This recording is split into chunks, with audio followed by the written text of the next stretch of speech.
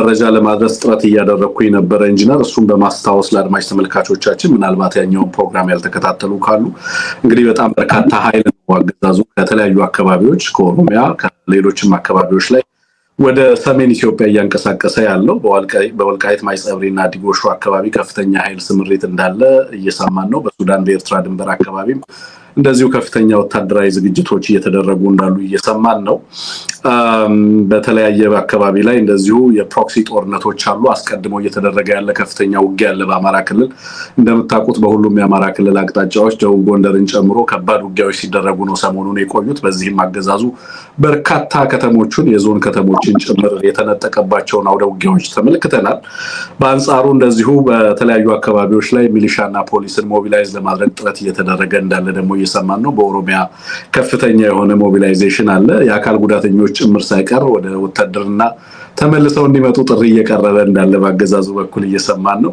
በአንጻሩ የኢትዮጵያ ጦርነት ኢንተርናሽናላይዝ ሆኗል ዓለም አቀፋዊ ሆኗል ከቀጠናውም ተሻግሯል በሱዳን ጉዳይ ኢትዮጵያ በቀጥታ የተሳተፈች መሆኑን የሚያሳዩ ማረጋገጫዎችን አግኝተናል ብለው በርካታ ሚዲያዎች ሮይተርስን ጨምሮ እንግዲህ መነጋገሪያ ሆኖ የዓለም ህዝብን ያስደነገጠም ጉዳይ ነው ኢንጂነር ይልቃል ይሄ ደግሞ ኢትዮጵያ ውስጥ ያለውን ፖለቲካና ወታደራዊ እንቅስቃሴ ሙሉ ለሙሉ ሊቀይረው ይችላል የሚል ስጋት በከፍተኛ ደረጃ አይሏል በዚህ ሁኔታ ውስጥ ምርጫ አካሂዳለው ያለ አገዛዙ እንደዚሁ የምርጫ ምልክቱን ሲያስተዋውቅ መዝሙር እየዘመረ እንመለከታለን በሌላ በኩልም እንደዚሁ ያገዛዙ ሰዎች በጸሎትም ሲተጉ እየታየ ነው ዛሬ እንደውም ቀደም መረጃ እያሳየው ነበር አንዳንድ ሰዎች ያገዛዙ ሚኒስተሮች ጭምር በጸሎት ፕሮግራሞች ላይ ሲተጉ የሚያሳይ እየተመለከትን ነው ያለነው ኦሮሚያ ኦልሞስት ባዶ እየሆነ ነው ያለው ማለት ይቻላል ኦኤልኤ እና ኦኤልኤ እንቅስቃሴ በተለይ በፊቼና ጓጽዮን አካባቢ እንደዚሁ ተጠናክሮ እየቀጠለ ነው ያለው ሸዋና በጎጃም በጎንደርና ሌሎችም በአማራ ምስራቅ አማራ ላይ ከባድ ተጋድሎችና ውጊያዎች ቢዛሙን ጨምሮ እየተደረጉ ነው ያሉት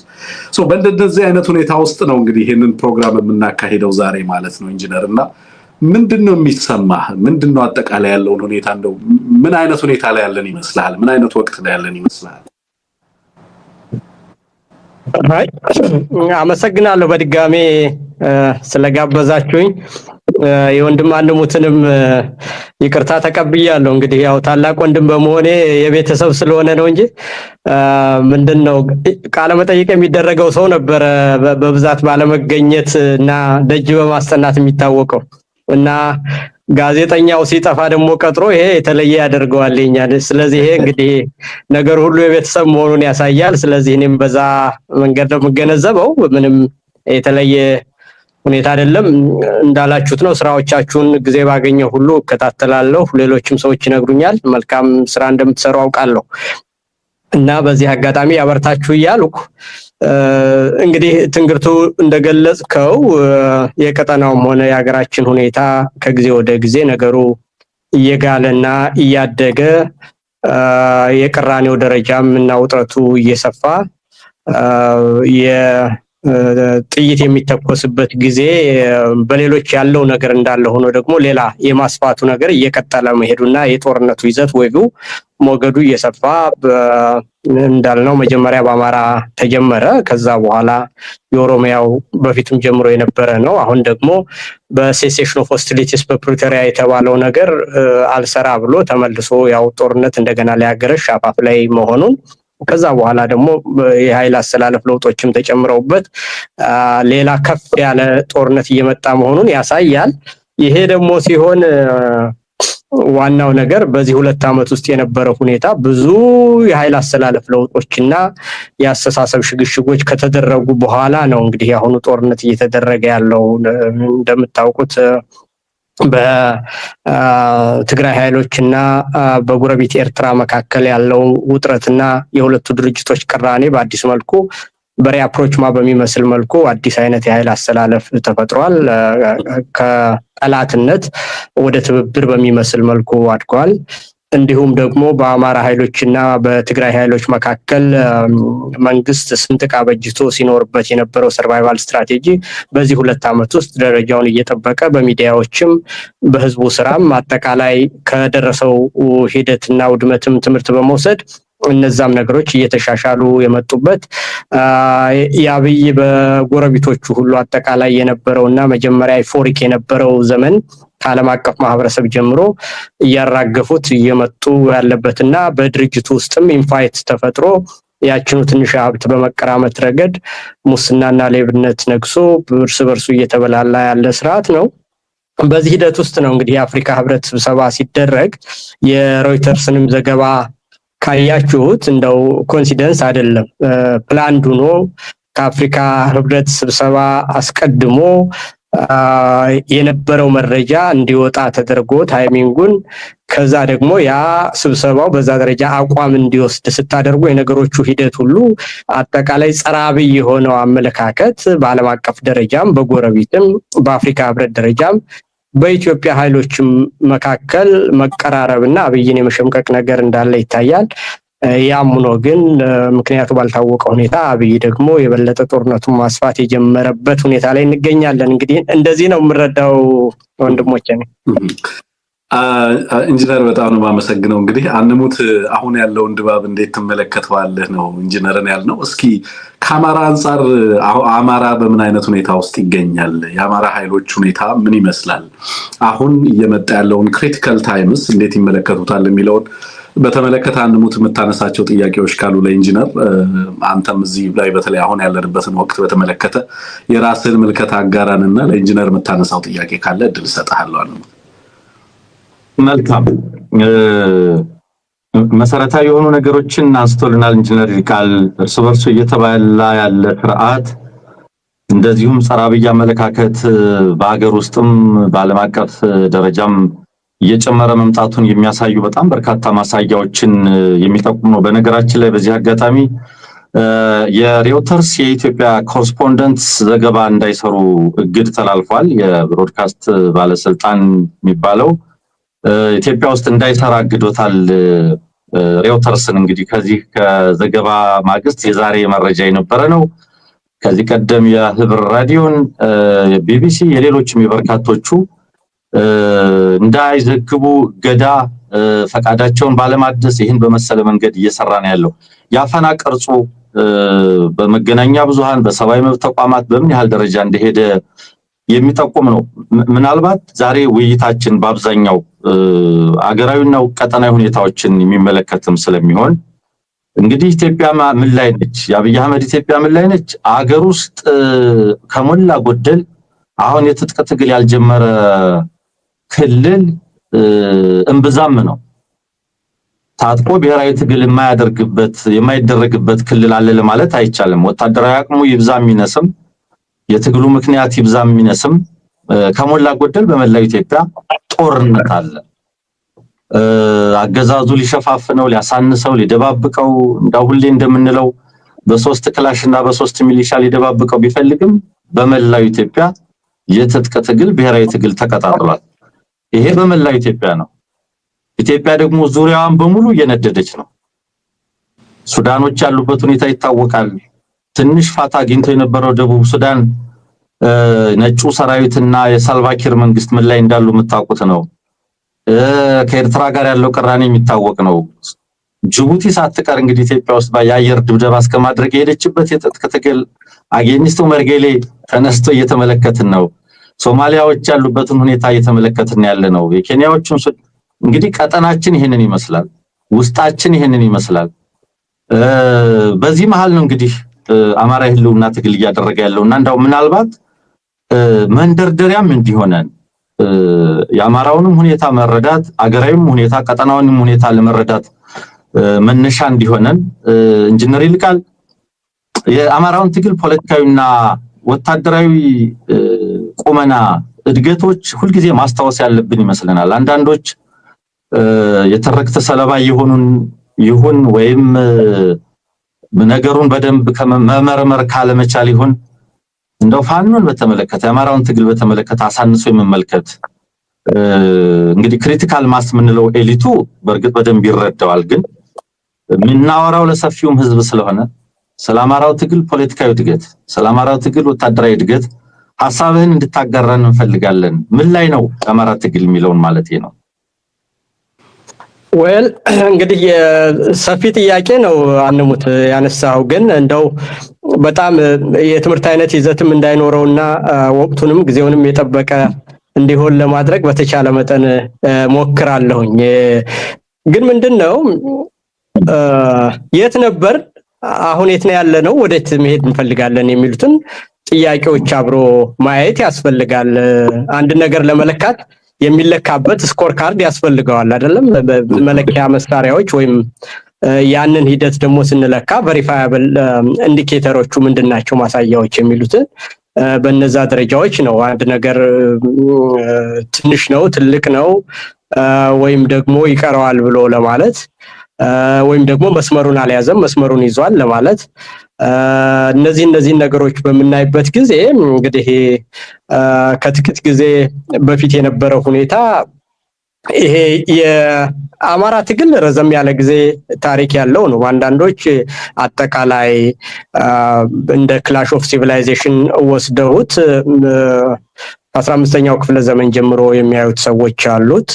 ስልጣኔዎቹ የተቀጩበትንና ይሄ የነበረው ትልቅነትና ገናናነትና የፈጠራ የስነ ጽሁፍ የቴክኖሎጂም እና የመሳሰሉት ነገሮች እድገት የጠፋበትንና ያ የተቋረጠበትን ዘመን ያዩና ከዛ ጀምሮ ያለው ነገር የአማራ የቁልቁለት ጉዞ አድርገው የሚያዩት አሉ።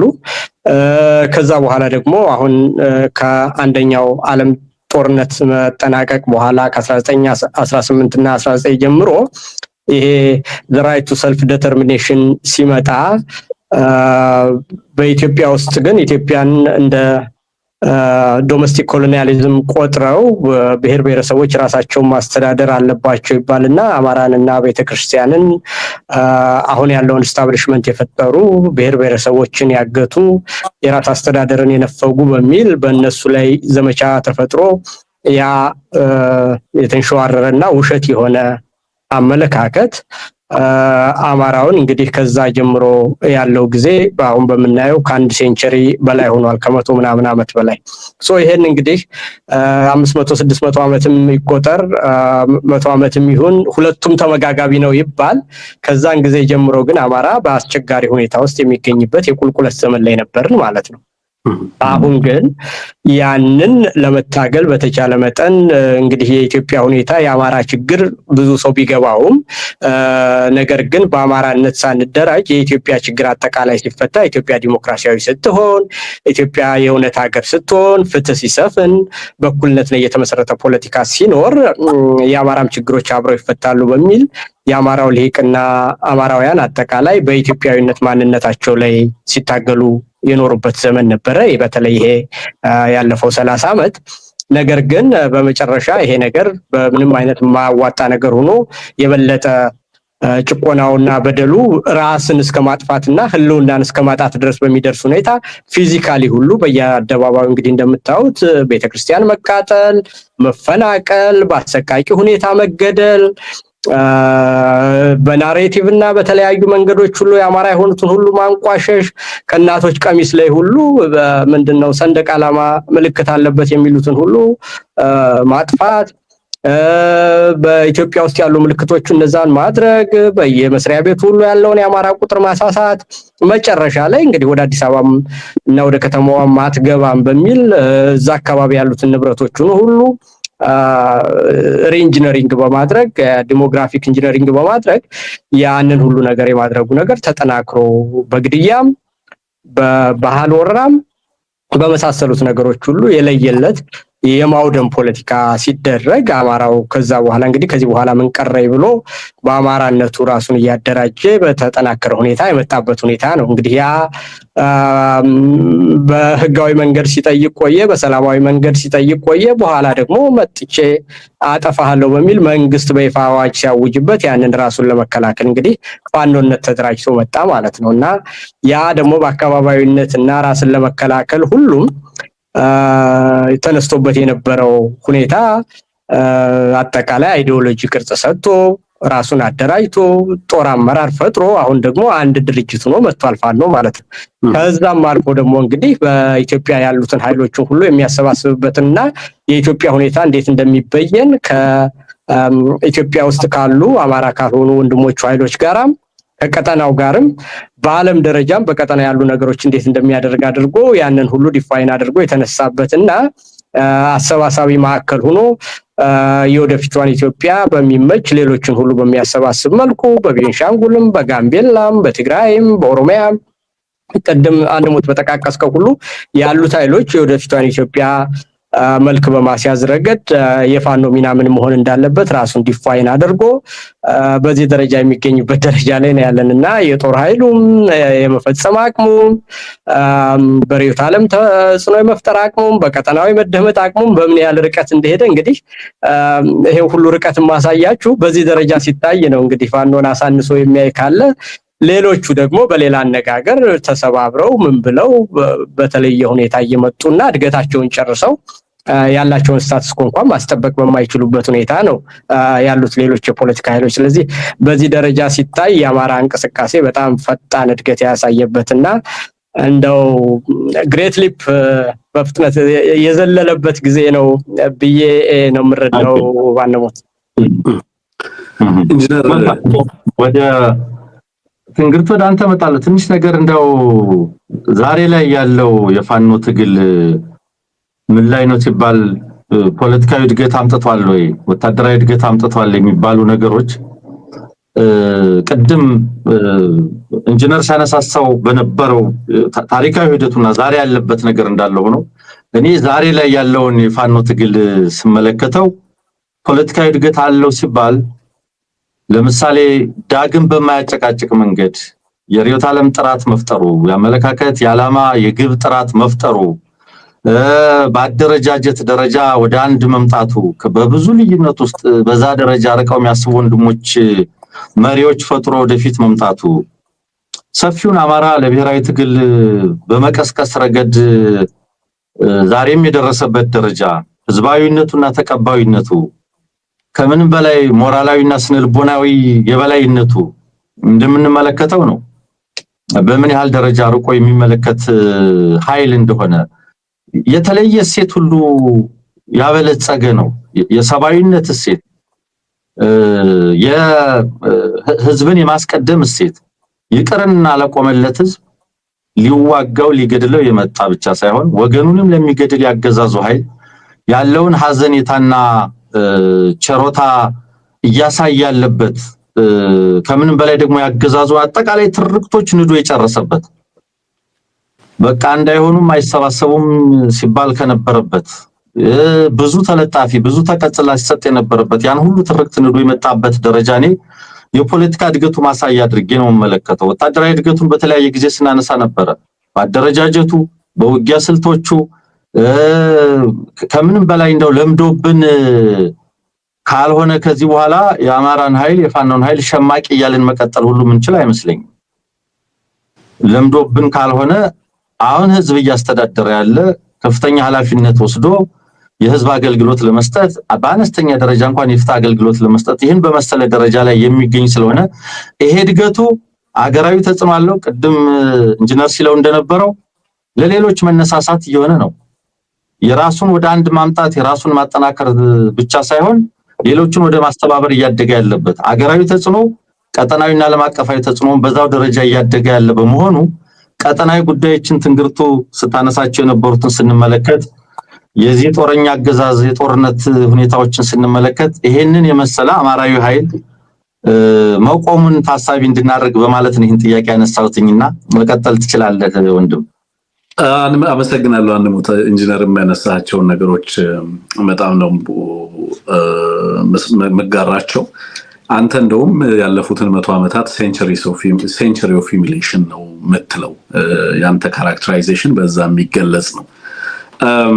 እንዳልከው ግን የአማራ ኃይል በፍጥነት ከእንደዛ አይነት የታሪክ አረንቋ ከእንደዛ አይነት የ100 ዓመት መላሸቅ ውስጥ በፍጥነት መውጣት የቻለ ነው።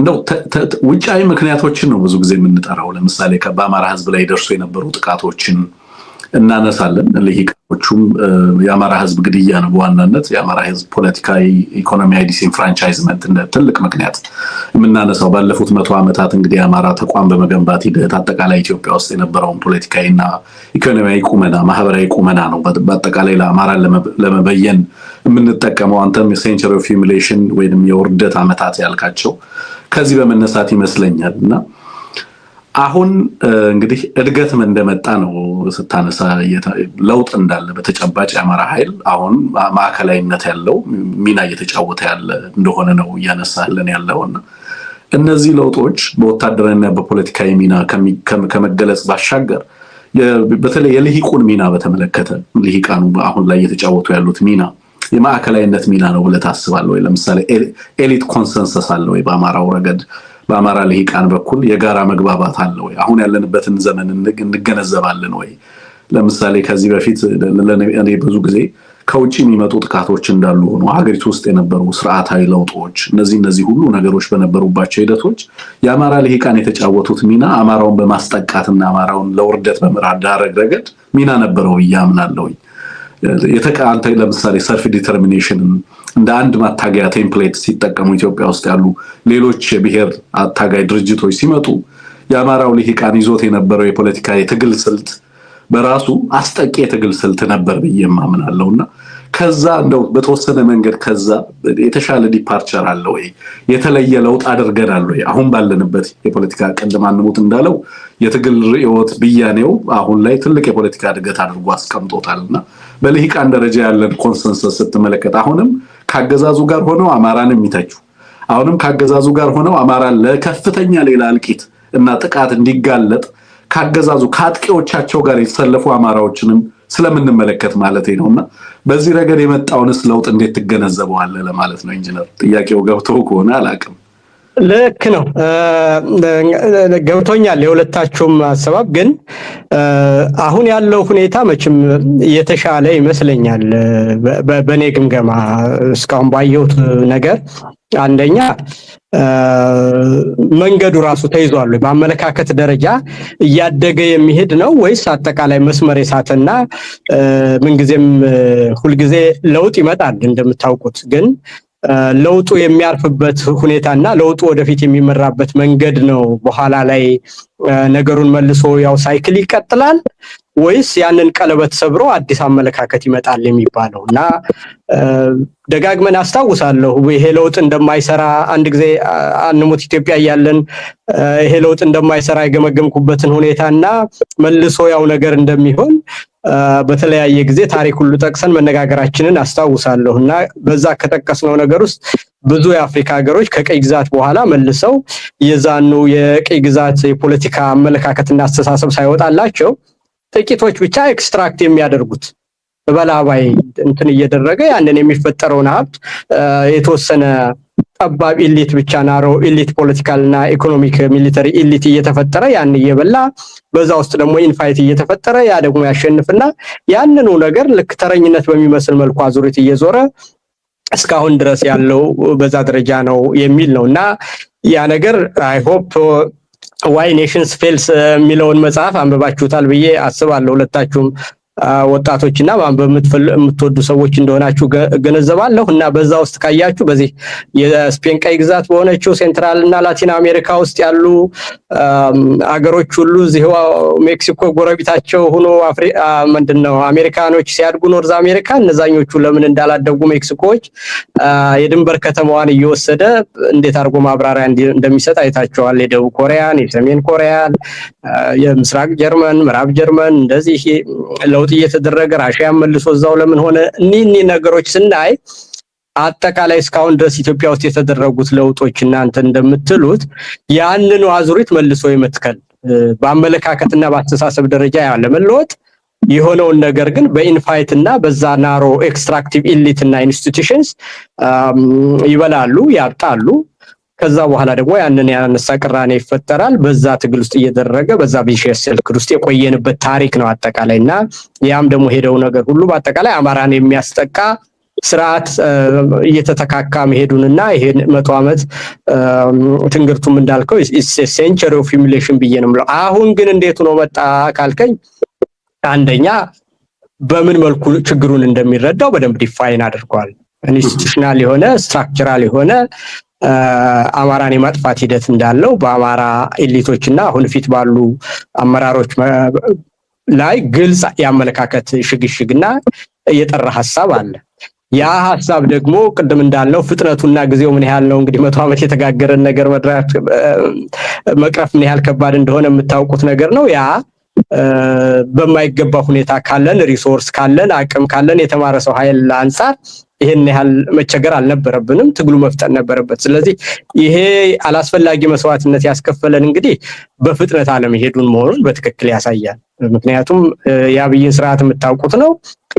በሌላ አነጋገር ደግሞ የአማራ ህዝብ በአጠቃላይ በአገር ውስጥም ያለው ላተንት የሆነው ፖለቲካል እና ሚሊተሪ ፓወር አሁን እንደውም ወደ አክቹዋል እንትንም እየተጠጋ ትጥቁ ምኑም ትልቅ ነውና ያንን በሚያፋጥን ሁኔታ ለማድረጋችን ጊዜ ፈጅቷል። ግን አሁን ባለው ሁኔታ ካየን አንደኛ ይሄ ኢንስቲትዩሽን በላባይና ሁልጊዜም አማራን የሚያጠፋ ስብስቦች እየተፈጠሩ በዛዝሮች ውስጥ የቆየ መሆኑን ተገንዝቧል።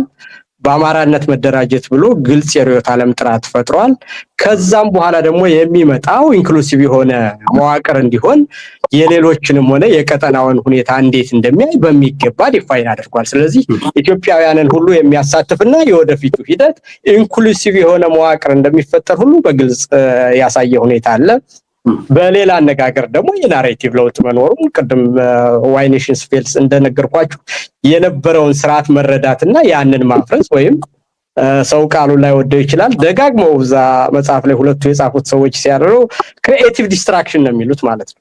እና የመጀመሪያው ነገር እንግዲህ ቅድም አልከው ያንን የመበተን ስራ ብልሃንሙት የጠቀስከው ያ ክሪኤቲቭ ዲስትራክሽን የነበረውን ያ የነተባ አመለካከት በመታገል ረገድና በተቋም ውስጥ ያለውን ሁሉ ነገር በማፍጣት ራሳቸው ኢንፋይት እንዲፈጥሩ አድርጎ ያ ክሪኤቲቭ ዲስትራክሽን በፍጥነት እየተሰራ መሆኑን ይሄ ደግሞ ኤቢሲዎች ከምትሰሩት ስራ ሁሉ አንዱ መሆኑን ከዛ ክሪኤቲቭ ዲስትራክሽን በኋላ ኢንክሉሲቭ የሆነ ነገር የመፍጠሩን ነገር ደግሞ ቅድም እንዳልኳችሁ በአማራ ላይ የመሰባሰብና አጠቃላይ አመለካከት የመፍጠር እነዛን ትናንሽ እንጥቆች ሁሉ የመድፈንና አንድ ድርጅት የመፍጠር ግልጽ አመለካከት የመያዝ ሌሎች ኢትዮጵያውያን ሁሉ የማስተካከል ቀጠናውንም የማየትና ዓለምን ሁሉ ከጎን በማሰለፍ ረገድ ይሄ አሁን የተያዘው አስተሳሰብ በንቃት ደረጃ መስመሩን ይዟል፣ አቅጣጫ ይዟል።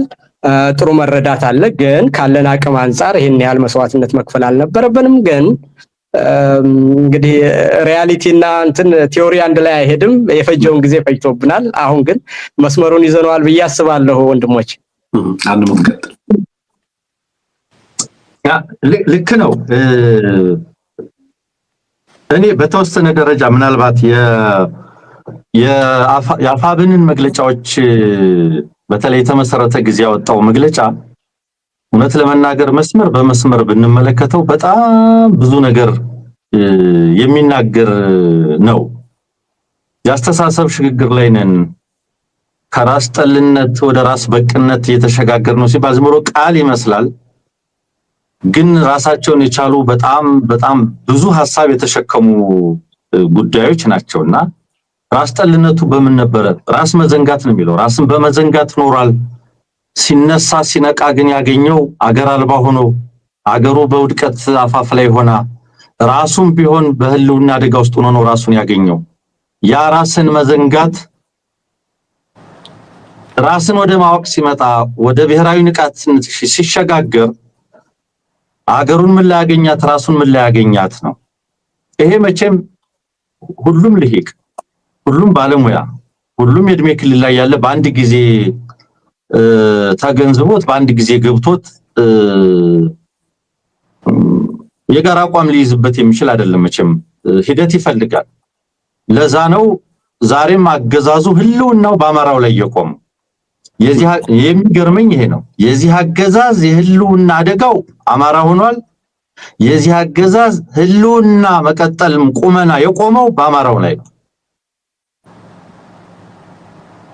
የአማራ ጀነራል፣ የአማራ ወታደር፣ የአማራ ሚሊሻ፣ የአማራ አድማ ብተና፣ የአማራ ካድሬ፣ የአማራ ፈቀላጤ ይከላከለዋል፣ ይዋጋለታል፣ ይሸፍንለታል። በዛው ልክ የአማራ ምሁር፣ የአማራ ዲያስፖራ፣ የአማራ ወጣት ያ ሁሌ እንደምንለው the best minds of አማራ ዛሬ ትግል ላይ ነው። ህልውናውም አሁን መነጽሩ ኢትዮጵያን የሚያይበት መነጽር፣ አጋርነትን የሚያይበት መነጽር፣ ቀጠናውን የሚያይበት መነጽር የአማራ ትግል ሆኗል። ምክንያቱም አማራ ማለት እሱ እንደሚያስበው እሱ እንደሚረዳው በዙሪያው እንዳሉት ሰዎች እንዳልሆነ ያለፈው 3 ዓመት ብዙ ምስክርነት ሰጥቷልና ስለዚህ እኔ የበለጠ የምደሰትበት ዛሬ ባለበት በሄ ትግል ዛሬ ባለበት ደረጃ እየፈጠረ ያለው ተጽዕኖ ምንድነው? አገራዊ ተጽዕኖ ፈጥሯል። ቀጠናዊና ዓለም አቀፋዊ ተጽዕኖ ፈጥሯል። አማራ በዚህ ሀገር በዚህ ቀጠና የተዘነጋ በይስሙላ ወኪሎቹ የአማራ ጉዳይ ዲፖለቲሳይዝድ የተደረገበት አማራዎች በይስሙላ ሰዎች የተወከሉበት አማራ በየትኛውም ዲፕሎማሲያዊ ፖለቲካዊ የሰላም የልማት ኢኩዌሽን ውስጥ ታሳቢ ያልነበረበት ዘመን ታለፈ። አሁን ዛሬ ተጽዕኖ ኢትዮጵያን የሚያስብ በዚህ ቀጠና ላይ ስለ ኢትዮጵያ ሰላም ስለዚህ ቀጠና ሰላም የሚያስብ ከተባበሩት መንግስታት አዳራሽ እስከ 4 ኪሎ አዳራሽ የአማራን ትግል የአማራን ጉዳይ ታሳቢ ሳያደርግ ማሰብ ማውራት አይችልም። የአማራውን ትግል የአማራን ኃይል ግምት ውስጥ ያላስገባ ውሳኔ ፍላጎት ማንጸባረቅ የማይቻልበት ደረጃ ደርሷል። ተጽዕኖ ይሄ ነው።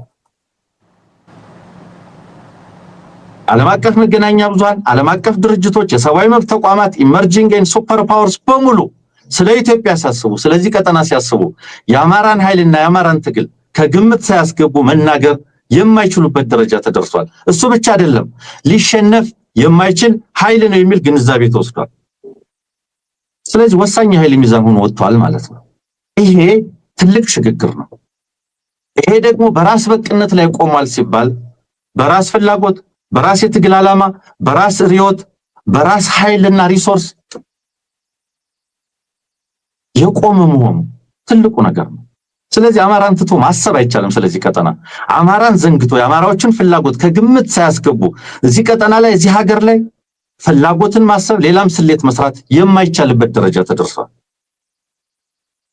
አብዝተው ሊያነሱት ይችላሉ፣ አሳንሰው ሊያነሱት ይችላሉ። እሱ ችግር ላይሆን ይችላል።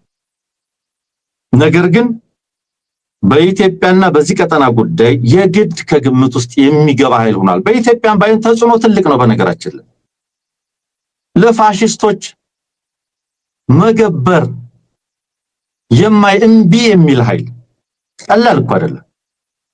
እምቢ የሚል ኃይል ሆኖ ወጥቷል። ስለዚህ ኢትዮጵያውያን ላይ እየተፈጠረ ያለው ተጽዕኖም ዝም ብሎ የሚታይ አይደለም። አንደኛ ትርክቶችንም እየናደ ያለ ነው። በዓላማው ይታመንበታል። ኢትዮጵያውያን የአማራውን የትግል ዓላማ ያውቃሉ። አማራው ሲሳደድ ያውቃሉ። አማራው ሲገደል ያውቃሉ። አማራው ላይ ጦርነት ሲታወጅ ያውቃሉ። ይሄንን የሚያውቁ ሁሉ አማራው ለምን እንደሚታገል ይገባቸዋል። መረዳታቸውን በዝምታ ሊገልጹት ይችላሉ። በርቱ በማለት ሊገልጹት ይችላሉ። በተለያየ መንገድ ሊያሳዩት ይችላሉ። ነገር ግን የአማራው ትግል ትክክል መሆኑን አብዛኛው የኢትዮጵያ ኃይል ያውቃል። በተነሳበት ዓላማ አሳማኝ ስለሆነ ማለት ነው። ከዛም በላይ በድል የሚጠበቅ ነው። ኢትዮጵያን ይጠብቃሉ። የሚጠበቅ ድል አድራጊነቱ የሚጠበቅ ኃይል ነው የመጣው በኢትዮጵያ ደረጃ። ከዛ አልፎ ተርፎ ለብዙዎች መነሳሳት ፈጥሯል። አሁን አፋር ላይ ጉሙዝ ሲመጣ ጉሙዝ ላይ የጉሙዝ ዲሞክራሲያዊ ንቅናቄ የጋምቤላ አንድነት ወታደራዊ ትግልና አንድነት ድርጅት ትጥቅ ትግል ሲጀምር የደቡብ ፋኖ ሲነሳ ኦኤንኤልኤፍ በዛ ደረጃ ሲደረጅ ለሌሎችም ጸረ አገዛዝ ትግል መነሳሳት የፈጠረ አልፎ ተርፎ ወደ ትብብር እየሄደ ያለ እንደቀደመው ጊዜ እየፈረጁ አሃዳዊ ነው ጨፍላቂ ነው በዚህ ወጥቶ ነው በዚህ ወርዶ ነው የሚል ያረጀ ያፈጀ ትርክቱን ይዞ መጥቶ ማሳነስ ወደማይቻልበት ደረጃ ያደገ ነው። ስለዚህ አገር ውስጥ ትልቅ ተጽዕኖ ፈጥሯል። አገዛዙን በማዳከም ብቻ አይደለም የሚጠበቅ ተስፋ የሚደረግ ደከመ በቃ ተበተኑ በቃ ተባሉ በቃ የሚል ትርክት ሲመጣ በመጠንከር በመቆም በመደራጀት የበለጠ ወደ አንድ በመምጣት በማሸነፍ አይደለም ሌላው በበጎ የሚመለከተው ኢትዮጵያዊ ቀርቶ አገዛዙ ውስጥ ያለ የፋኖን ውድቀት ይጠብቅ የነበረ ኃይል ሳይቀር በእያንዳንዱ ድል ተመልሶ ፍራስትሬት የሚያደርግበት የሚርድበት ይሄ ኃይል አይገፋም አንችልም ወደሚል ግንዛቤ ውስጥ እንዲገባ ሆኗል። ስለዚህ ተጽዕኖ አገራዊም ነው ቀጠናዊም ነው። ጉድለቶች የሉም አይደለም። ዛሬም ከዚህ አገዛዝ ጋር የሚሰለፍ አማራ መኖሩ የሚያስቆጭ ነው። ዛሬም ቢሆን የሚያስቆጭ ነው ማለት መኖሩ ተፈጥሯዊ ሊሆን ይችላል። ረዘም ላለ ጊዜ መቀጠል አይገባውም ከሚል ሳቤ በመነሳት ነው። በአጠቃላይ ይህንን የመሰለ አቅም የፈጠረ በመሆኑ የቀጠናው ጉዳዮች የኢትዮጵያ ጉዳዮች ከአማራ ትግል ከአማራ ኃይሎች ምንድነው ቁመና እና ይዞታ አኳያ የሚመረመሩበት ጊዜ ላይ ደርሷል የሚል አረዳድ ነው ያለኝ። እንደው ከዚሁ ጋር ተያይዞ ግን ኢንጂነር ይልቃል ቅድም ያልናት ነች ኢትዮጵያ ውስጧ የምትነድ ዙሪያዋ የሚነድ እዚህ ላይ የአብይ አህመድን ሚና ተመልከተው። ሌሎችን በባዳነትና በባንዳነት ይከሳል። ጦረኛነቱ የት ድረስ እየሄደ ነው ያለው? ጣልቃ ገብነቱ የት ድረስ እየሄደ ነው ያለው? የዲቫይድ ኤንድ ሩል ባለፈው ሳምንት ስንመለከተ የነበረ ነው። ከፋፍለህ ግዛ፣ ግለሰቦችን በመከፋፈል ቡድኖችን በመከፋፈል ብሔሮችን በመከፋፈል ሃይማኖቶችን በመከፋፈል የከፋፍለህ ግዛና የውክልና ጦርነት ስልቶቹ በውጭም በውስጥም በደንብ የሚታዩ ናቸውና እዚህ ላይ አንተ እይታ ምንድነው? እንዴት ነው የምትረዳው? ይሄንን በተደጋጋሚ ብዙ ሚዲያ ላይ ስታነሳው አይቻለሁ። ግን ጦረኛነቱ በውስጥና በውጭ የከፋፍለህ ግዛና የውክልና ጦርነት ረሃቡ ልበለው ወይም ጥሪው ልበለው በዚህ መሃል ደግሞ የብሔራዊ ጥቅም አርበኛ መስሎም ደግሞ ሊቀርብ ስለሚፈልግ ይሄን አገዛዝ ከብሔራዊ ጥቅምና ከአርበኝነት ጋር ማያያዝ ይቻላል ወይ? ጦረኛነትን ከብሔራዊ ጥቅምና አርበኝነት ጋር ማያያዝ ይቻላል ወይ የሚለውን ሐሳብ ብትሰጠን። ጥሩ ነው። አንሙት በደንብ አድርገህ ሄደህበታል። በተግባር መገለጫዎችን ሁሉ አሳይተህ የአማራውን ያስተሳሰብ እድገት ደረጃዎችና ያንንም ደግሞ በሚታዩና በሚጨበጡ በሚዳሰሱ መለኪያዎች ሲታይ ብዙ ርቀት መሄዱን በሚገባ አሳይተሃል። በቀጠናውም ሆነ በኢትዮጵያ ያሉ ኃይሎች ሁሉ ስለ አማራና ስለ አማራ ኃይሎች የነበራቸው አመለካከት አሁን ደግሞ የሚገኝበት ሁኔታና ሌሎች እንዴት እያዩት እንደሆነ ያንን የትርክት አስተሳሰብ ሁሉ ንዶ በመልካም የሚታይና ለሁሉም ኃይሎችና ለኢትዮጵያ መድን የሚሆን ድርጅት ሆኖ እነዛን ሁሉ በተግባር መገለጫዎች እያሳየ እንደመጣ አሳይታል። ስለዚህ ይሄ ትልቅ የሆነ እንደው ኢቮሉሽን ሳይሆን ሪቮሉሽን የሚያሰኝ አይነት ነው። እንደው ከነበርንበት ከተጋገረ እና ከነተባ አመለካከት አንፃር ስናየው ቅድም ፋኖችም በገለጹት ሁኔታ ውስጥ እኮ ኦልሞስት ራስን የመዘንጋት ብቻ ሳይሆን ወደ ውስጥ የመበስበስም አይነት ችግር አጋጥሞን እንደነበረ ነው የሚረዱትና ከዛ አልፎ እንግዲህ ከመበስበስ እንደገና ወደ አዲስ ሆኖ መፈጠርና እንደገና የመምጣትም የሚመስል ነገር ነው። እንደገና የመፈጠር ያህል ነው በአስተሳሰብ ደረጃና ያ ብዙ ርቀት መሄዱን በብዙ ማሳያዎች ገልጸዋል። ግን አጠቃላይ አንሙት መቼም ቀን በቀን የሚሆነው ነገር በእያንዳንዱ ቀን ስትገልጹ ስለምትሉ ሂደቱም ደግሞ የሚታወቅ ነገር ስለሆነ አጠቃላይ ግን እንደው አብይንም ሆነ አጠቃላይ የኢትዮጵያ ለውጥ ዝም ብለን በደምሳሳው በሐሳብ ደረጃ ብናየው ያ የነበረው አስተሳሰብ ሁሉ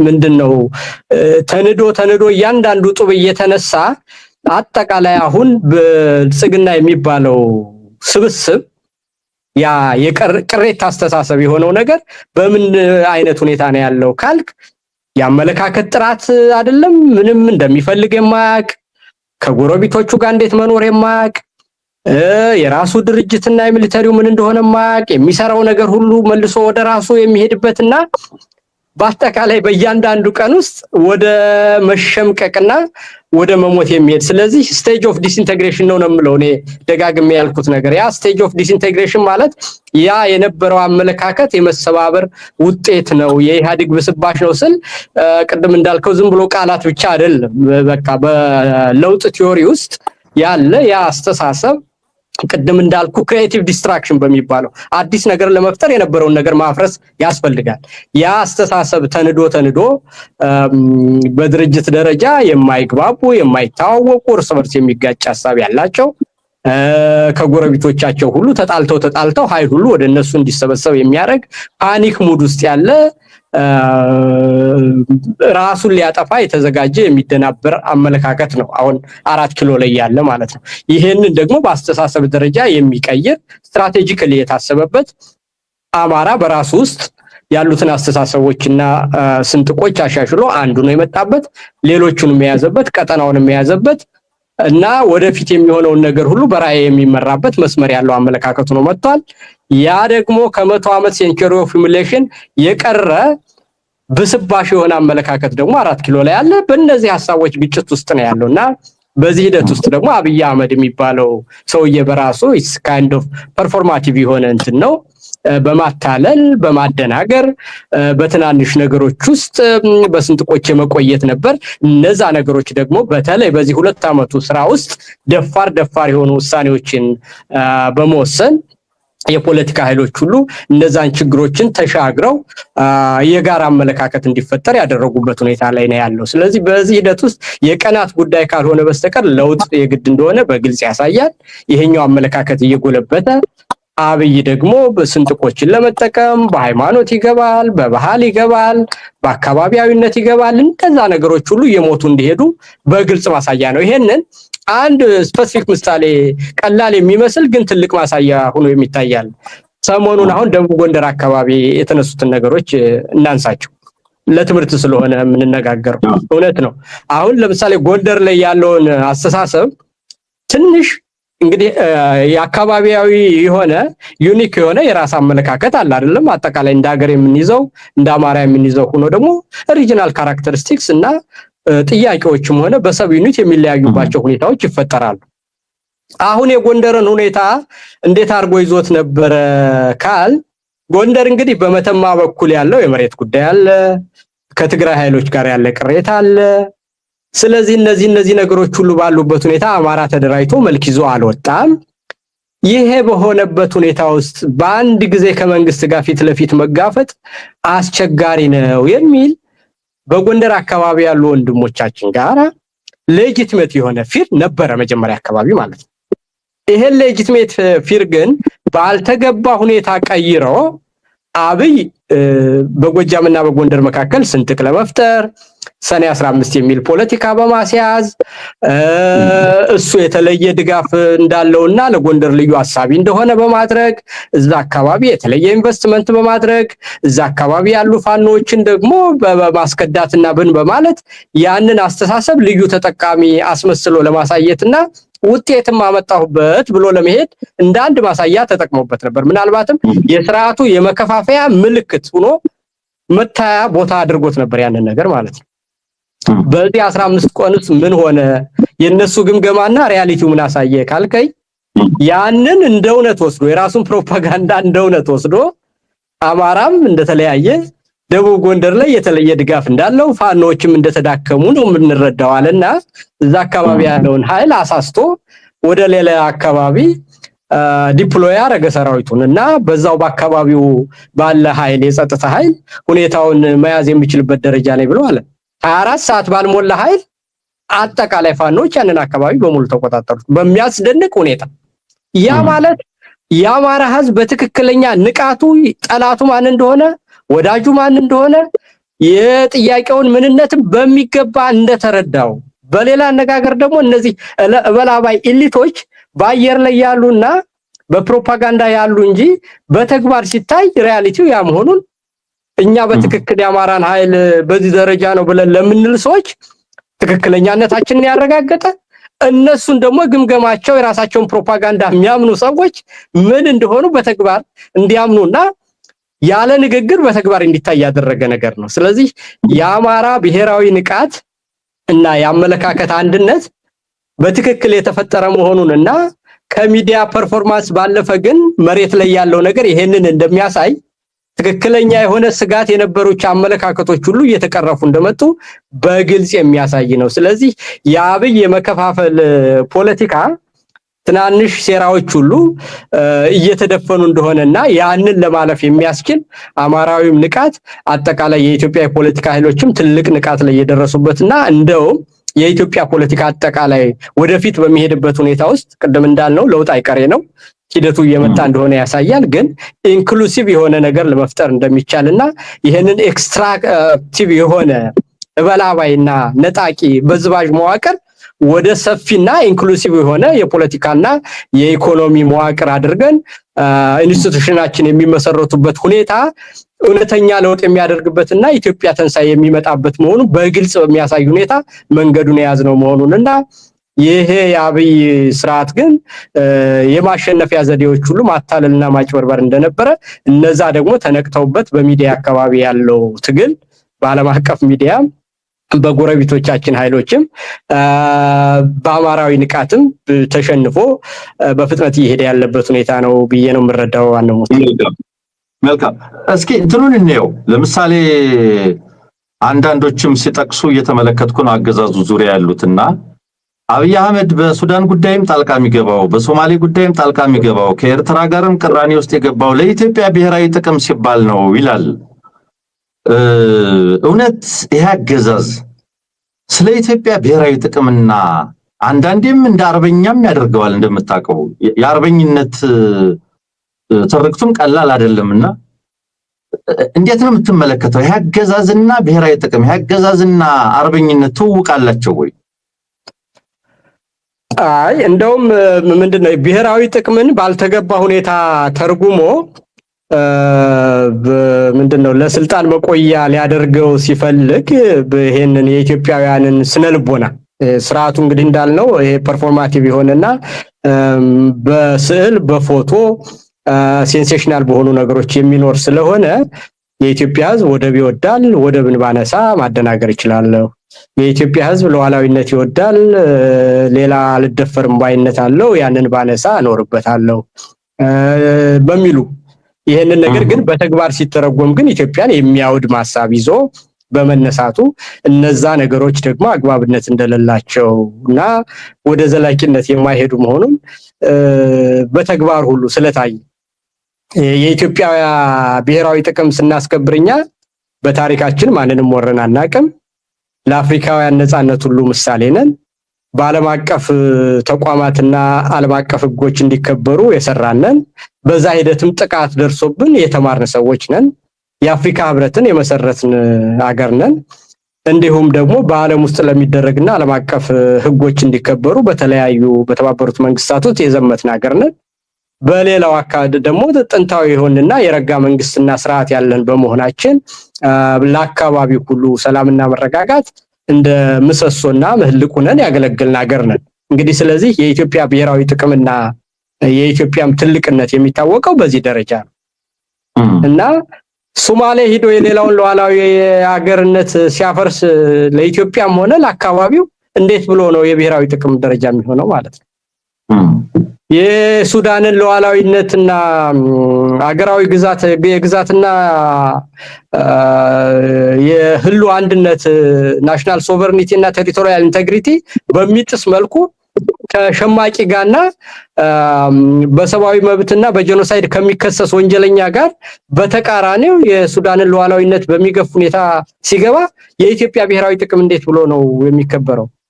ምንም ከሱዳንም ሆነ ከግብጽ ጋር እኮ በአባይ አጠቃቀም ላይ ልዩነቶች እያሉን በተግባብተን የኖርንባቸው ሁኔታዎች አሉ። ጥቅማችንን አስከብረን የቀጠናውን ኃይሎች ሁሉ አሰባስበን ኢትዮጵያ የምታደርገው በአባይ ላይ የምታደርገው የኃይል ምንጭ ግንባታ ሁሉ ማንንም እንደማይጎዳ ለዓለምም ለቀጠናው ግብጽንም ጨምሮ አሳምነን እየሰራን የነበረበት ሁኔታ ነው ያለው። ያንን ግን ኮንፍሮንቴሽናል ወደሆነና ጠላቶች እንዲተባበሩ በሚያደርግ መልኩ ሲያደርገው እንዴት ብሎ ነው ብሔራዊ ጥቅምና ጀግንነት የሚሆነው ማለት ነው? እና የብሔራዊ ጥቅምን የጎዳ ነው። እንደውም ይሄ ስርዓት በቆየ ቁጥር ለኢትዮጵያም ብሔራዊ ጥቅም ለቀጠናው ሰላምና መረጋጋትም ዘላቂ ከሆኑ ወዳጆቻችንና ለዓለምም ሰላም ሁሉ ችግር የሚፈጥር ሆኖ ስለተገኘ በተግባሩ ከሁሉም ጋር ተጣልቶ ኢትዮጵያን የማይወክል በተደጋጋሚ የሚዋሽ ትናንት ያለውን ዛሬ የማይደግም የሚያደርገውን ነገር ለምን እንደሚያደርገው የማያቅ በተግባር ደግሞ የሚጠየቁ የሚባሉ የማይባሉ ነገሮችን የማያቅ አካል በመሆኑ ከኤርትራ ጋር ያለውን መልካም ግንኙነት ለማድረግ እኮ ዓለም ሁሉ ኖቤል የሸለመው ግንኙነት ሁሉ ወደ መልካም ሊሄድ ነው የኢትዮጵያና ኤርትራ ግንኙነት ተብሎ በጥሩ ሁኔታ የነበረ ነውና ያንን የመልካም ግንኙነት ጉዞ በሚያዛባና ለራሱ ስልጣን ብቻ በሚሆን አድርጎ ከዓለም ሕግ ጋር በተቃረነ ሁኔታ ኤርትራን ወራለሁ ብሎ ሲመጣ እንዴት ብሎ ነው ለኢትዮጵያ ዘላቂ ጥቅም የሚያመጣው ማለት ነው? እና እነዚህ ሁሉ መለኪያዎች አጠቃላይ ሲታዩ ለራሱም የማይሆን ለኢትዮጵያም የማይሆን አንድ የወደቀና የተደናበረ ዕውቀት የሌለው መጨረሻ ላይ ሁሉንም ነገር ያጣ አይዲዮሎጂ የሌለው ድርጅት የሌለው የሚዋበጋበት ምክንያት የሌለው ስለወደፊቷን ኢትዮጵያን በምን ሁኔታ እንደሚያይ የማይታወቅ ዳፍንታም የሆነ አጠቃላይ በስባሽ ስርዓት መሆኑንና ይሄ ደግሞ ቶሎ መገለል እንዳለበት እንጂ በምንም አይነት አብይ እስካለ ድረስ እኔ እንኳንስ የኢትዮጵያ ብሔራዊ ጥቅም ኢትዮጵያ ራሷ ትኖራለች የሚለውም በተግባር እያሳየን ያለ ነው እና ስንጥቅ የሚወድ ልዩነትን የሚያሰፋ ለምን እንደሚያደርገው የማይታወቅ እኔ እንደው ይሄንን እንደ ቁም ነገር የሚወስድ ሰው ካለ በእውነት እንደው ጤናው ራሱ መመርመር አለበት ባይነኝ ወንድም አንሙት መልካም እስኪ እንደው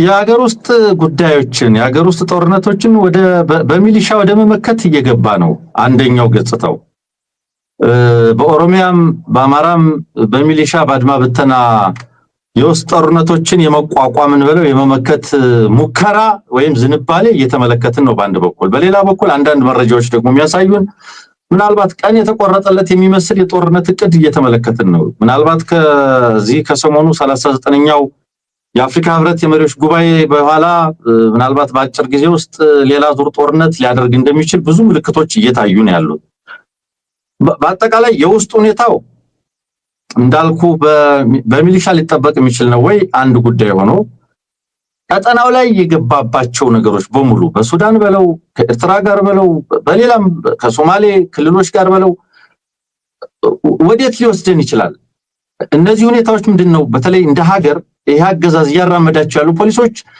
እስካሁን ያመጡብን ያሉ ተጽዕኖች ግልጽ ናቸው ግን በቀጣይ ምን ሊያመጡ ይችላል ወደ ጦርነት አሁን ምናልባት በቀጣይ 2 ሳምንታት ውስጥ ቢገባ ለኢትዮጵያ ምን ማለት ነው መንገር ላይ ነው ያለነው እኮ ኦሬዲ ይገባልም መግባቱም አይቀርም አንሙት እነዚህ ነገሮች ደግሞ ዛሬ የተያዙ አዲስ አስተሳሰቦች አይደሉም የነገሮች እድገት ናቸው እና ያመለካከት ሽግሽጎች ናቸው በሂደት ውስጥ 4 ኪሎ ያለው መንግስት ለኢትዮጵያም ሆነ ለቀጠናው የማይበጅ መሆኑን በስራዎቹና በግብሮቹ በሂደት እየተጋለጡ ሄዱበት ዓለምም የተረዳበት ጎረቤቶችም የተረዱበት የኢትዮጵያ ኃይሎችም የተረዱበት ራሱ ድርጅቱም ቢሆን በአመለካከት ደረጃ ችግር ውስጥ ገብቶ እርስ በራሱ እየተባላና እየተጠራጠረ ኢንፋይት ውስጥ ያለበት ሁኔታ ነው ያለው እና ይሄ ሰርቫይቫል ሙድ ውስጥ ስለሆነ ይሄንን ነገር ፓኒክ በሆነ ሁኔታ ጦርነት ኦልሞስት ሞቢላይዜሽኑ ተጀምሯል የተለያዩ ኃይል አሰላለፎች ሁሉ ራሳቸውን ግልጽ አድርገው ጀምረዋል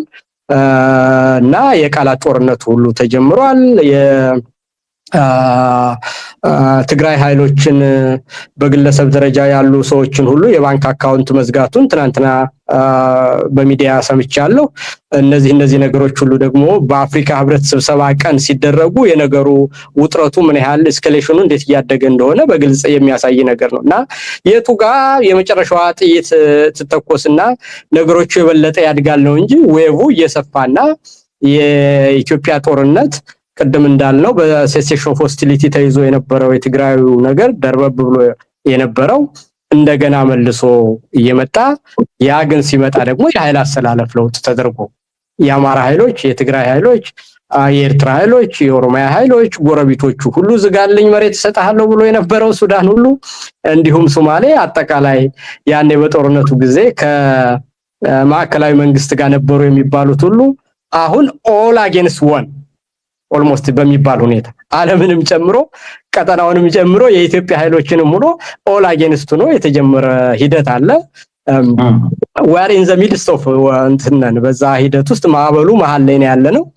ይሄ ሂደት ደግሞ ወደዚህ ሄዳል። ስለዚህ ይቆማል ከተባለ ሊቆም የሚችለው እንግዲህ አብይ ምን አርጎ የአማራ ጥያቄ ፈቶ የትግራይ ጥያቄ ፈቶ ከቀጠናው ጋር ያሉትን ነገሮች ሁሉ በአለም ተዳይንቶና መልክ ይዞ ይሄን ለማድረግ እኮ በራሱ የድርጅትም የፖለቲካም የግለሰብም ቁመና ይጠይቃል አይደል? እንዲያንሙት እውነት አይደለም እንነጋገረው አሁን ግምገማ ይሄንን ነገር ለማድረግ አብይና ስርዓቱ የፖለቲካ ብቃቱም ብስለቱም ፍላጎቱም አለው ብለህ ታምናለህ? አሁን የተገባውን ውጥረት ሁሉ ሊያረግ በሚችል ሁኔታ ይሄ ደረጃ አብጦ እዚህ ደረጃ ደርሶ ለማታለል ምናልባት ወደ ውጭ ጦርነት ሳደርግ ፋኖ ሺቢላይ ብሎ የሆነች ድርድር አድርጎ ለመከፋፈል ያችኑ ቀስቷል ሊሞክር ይችላል። ግን ያ ፈረንጆቹ የሚሉት ነገር አለ ወፏ በራለች ነው የሚባለው አይደለም? ያ የጠነዛና ጊዜ ያለፈበት አጀንዳ ሆኗል። ማንንም ልብና አምሮ መያዝ አይችልም። አብይም በባህሪው አታላይነቱ ታውቋል። የቅራኔ ደረጃውምና የለውጥ ሐሳቡ ከዛ አልፎ ሄዷል።